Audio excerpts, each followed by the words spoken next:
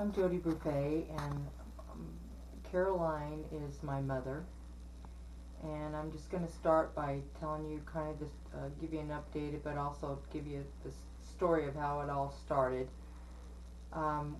First day on the cruise, we were on the boat and started sailing, and we were headed out. And that night, my mother had some shortness of breath and was hard breathing for her throughout the night. And then we took her to the ship's doctor, and they at that time thought she had pneumonia going on.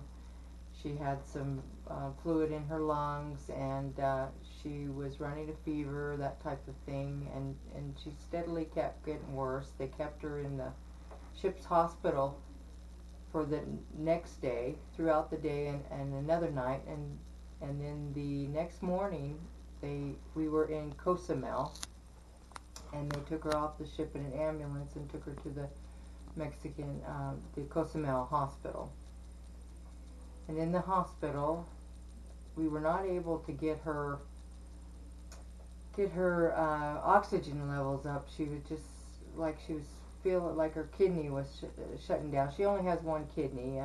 She was going to be going on dialysis soon, but was not going to be having to do that until after we got back. And she's been diabetic for 40 years, and she's fairly healthy. She's only 73 years old, and she does take care of herself pretty well, but it seemed like it was like a perfect storm that everything hit at one time. So that first night she was in the hospital in Cozumel, they come and got me at 1:30 in the morning to tell me that she had a blockage in her heart. Well, first of all, they told me that she had had a heart attack on the ship the first night. What we thought was pneumonia, she had actually had a heart attack.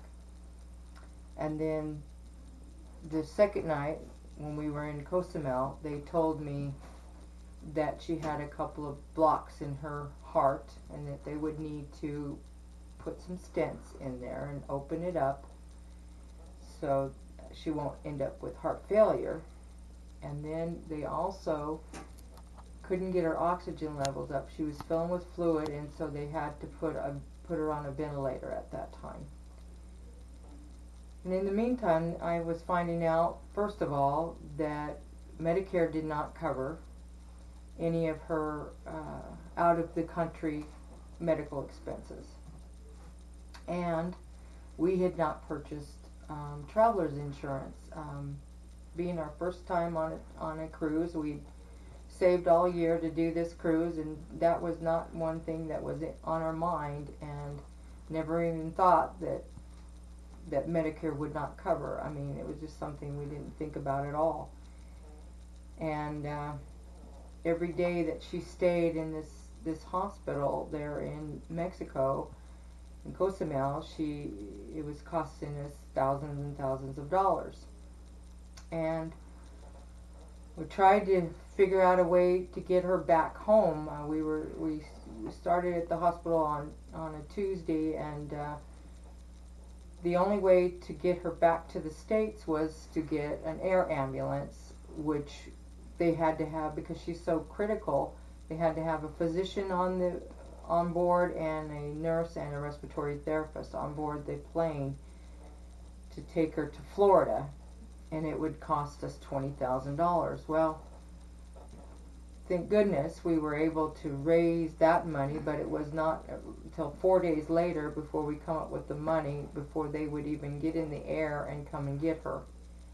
So we did get back to Florida on Friday night, 4 days later, and now that she's in Fort Lauderdale in a hospital there, and we live in Idaho, so she's still got a long ways to get back home.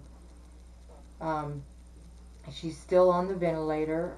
She's doing better. They're starting to wean her off that, and she's needing dialysis 24 hours a day, trying to get all the excess fluid off of her, which they've been able to get about 4 liters already off her. And but she is aware that I'm there, and when I talk to her, she nods her head, and then she starts crying and things like that. I mean, she knows that I'm there, and she is going to recover, but it's going to take a lot of time. So once, and she's in the critical care unit there at the hospital in Fort Lauderdale.